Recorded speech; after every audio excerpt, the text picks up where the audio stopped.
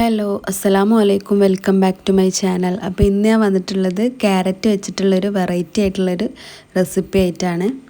സിമ്പിളായിട്ട് ഉണ്ടാക്കിയെടുക്കാൻ പറ്റുന്ന വീട്ടിലുള്ള സാധനങ്ങൾ വെച്ചിട്ടാണ് ഈ ഒരു റെസിപ്പി ഉണ്ടാക്കിയിട്ടുള്ളത്. അടിപൊളി ടേസ്റ്റാണ്. അപ്പോൾ എല്ലാവരും ഇതുണ്ടാക്കി നോക്കണം.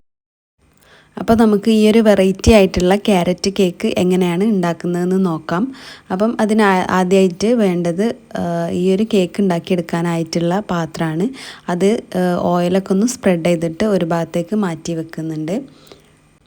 ഇനി ഒരു കുക്കർ അടുപ്പിൽ വെച്ച് കൊടുത്തിട്ടുണ്ട്. അതിലേക്ക് ഒരു 3 മീഡിയം സൈസ് വലുപ്പമുള്ള ക്യാരറ്റ് ചെറുതാക്കി കട്ടാക്കിയത് ചേർത്ത് കൊടുക്കുന്നുണ്ട്.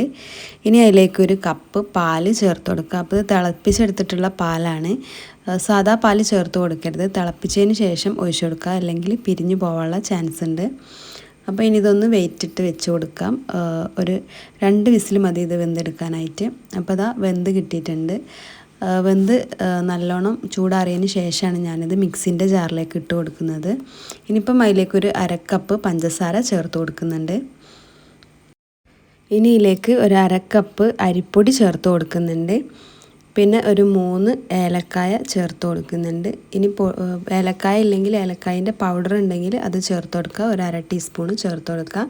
അതും കൂടി ചേർത്തിട്ട് നല്ലോണം ഒന്ന് മിക്സാക്കി കൊടുത്തതിന് ശേഷം നല്ലോണം ഒന്ന് അടിച്ചെടുക്കുന്നുണ്ട്.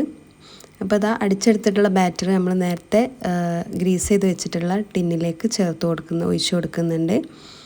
ഇനി ഇത് നല്ലോണം ഒന്ന് ടാപ്പാക്കിയിട്ട് ഒരേപോലെ ബാറ്ററൊക്കെ ഒരേപോലെ എത്തുന്ന രീതിയിൽ നല്ലോണം ഒന്ന് ടാപ്പാക്കി കൊടുക്കുന്നുണ്ട്, ഒന്ന് മുട്ടി കൊടുക്കുന്നുണ്ട്.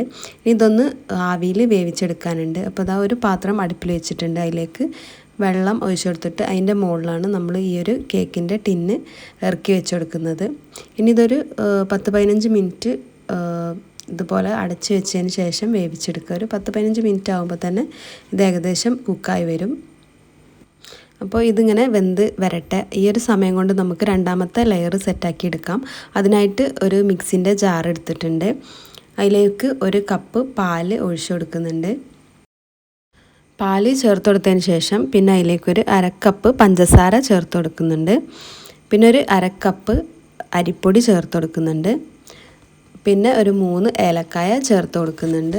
ഇത് നല്ലോണം ഒന്ന് മിക്സാക്കിയതിന് ശേഷം അരച്ചെടുക്കുക. അപ്പോൾ ഈ ഒരു 1/2 കപ്പ് പഞ്ചസാര എന്ന് പറയുന്നത് നല്ല മധുരം ഉണ്ടാവും കേട്ടോ. കറക്റ്റാണ് മധുരം, പക്ഷേ മധുരം വേണ്ടാത്ത ആൾക്കാർക്ക് കൂട്ടിയും കുറച്ചൊക്കെ എടുക്കാവുന്നതാണ്. അപ്പോൾ ഇതാ നമ്മുടെ അരപ്പ് ഇവിടെ നന്നായിട്ട് അരഞ്ഞ് കിട്ടിയിട്ടുണ്ട്. അപ്പോൾ ഈ ഒരു സമയം കൊണ്ട് നമ്മുടെ ക്യാരറ്റിൻ്റെ കേക്ക് ഇവിടെ റെഡി ആയിട്ടുണ്ട്. അപ്പം ഈ ഒരു സമയം തന്നെ നമുക്ക് ഈ ഒരു ബാറ്റർ ഇതിൻ്റെ മുകളിലേക്ക് ഒഴിച്ചു കൊടുക്കാം. ഇനിയിപ്പം ഇതൊന്ന് അടച്ചു വെച്ചതിന് ശേഷം ഒരു 10 മിനിറ്റ് വേവിച്ചെടുക്കാം. അപ്പോഴത്തേക്കും ഇതായി കിട്ടും. ഇനി ഇതിൻ്റെ മുകളിൽ ഡെക്കറേഷനൊക്കെ ആവശ്യമുണ്ടെങ്കിൽ ഒന്നൊന്ന് സെറ്റായതിന് ശേഷം മുകളിലൊന്ന് അണ്ടി, മുന്തിരി അങ്ങനത്തെ സാധനങ്ങളൊക്കെ ഇട്ട് അലങ്കരിക്കാവുന്നതാണ്. ക്യാരറ്റൊക്കെ കഴിക്കാത്ത കുട്ടികളാണെങ്കിൽ ഇതുപോലൊക്കെ ഉണ്ടാക്കി കൊടുത്താൽ കുട്ടികൾ കഴിച്ചോളും. നല്ല ടേസ്റ്റി ആയിട്ടുള്ളൊരു കേക്കാണിത്.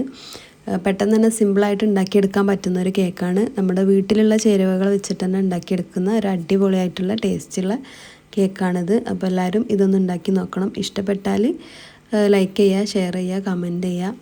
അപ്പം ഈ ഒരു റെസിപ്പി നിങ്ങൾ ഉണ്ടാക്കി നോക്കിയിട്ട് ഒന്ന് കമൻറ്റ് ചെയ്യാൻ മറക്കരുത് കേട്ടോ. നല്ല ടേസ്റ്റി ആയിട്ടുള്ള ഒരു കേക്കാണ്.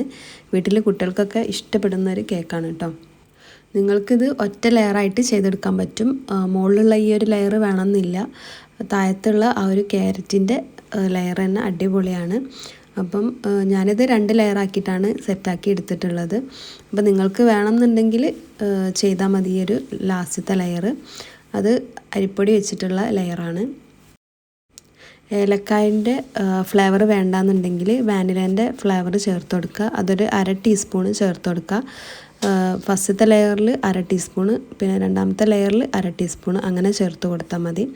അപ്പോഴും നല്ല ടേസ്റ്റ് ഉണ്ടാവും.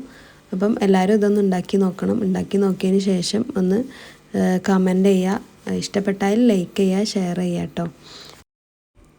വെറൈറ്റി ആയിട്ടുള്ള വീഡിയോസൊക്കെ കിട്ടണമെന്നുണ്ടെങ്കിൽ എൻ്റെ ഈ ഒരു ചാനൽ സബ്സ്ക്രൈബ് ചെയ്യുക. സബ്സ്ക്രൈബ് ചെയ്യുമ്പം തൊട്ടടുത്തൊരു ബെല്ലൈക്കൺ ഉണ്ടാവും, അതൊന്ന് പ്രസ് ചെയ്യുക. പ്രസ് ചെയ്യുമ്പം അതിൻ്റെ അടുത്ത് ഓൾ എന്നുള്ള ഒരു ഓപ്ഷൻ ഉണ്ടാവും, അതൊന്ന് ക്ലിക്ക് ചെയ്യാൻ മറക്കരുത്. അപ്പോൾ ഇനി അടുത്തൊരു വീഡിയോയിൽ പുതിയൊരു കണ്ടൻ്റായിട്ട് വരും. അതുവരെ എല്ലാവർക്കും അസ്സലാമു അലൈക്കും.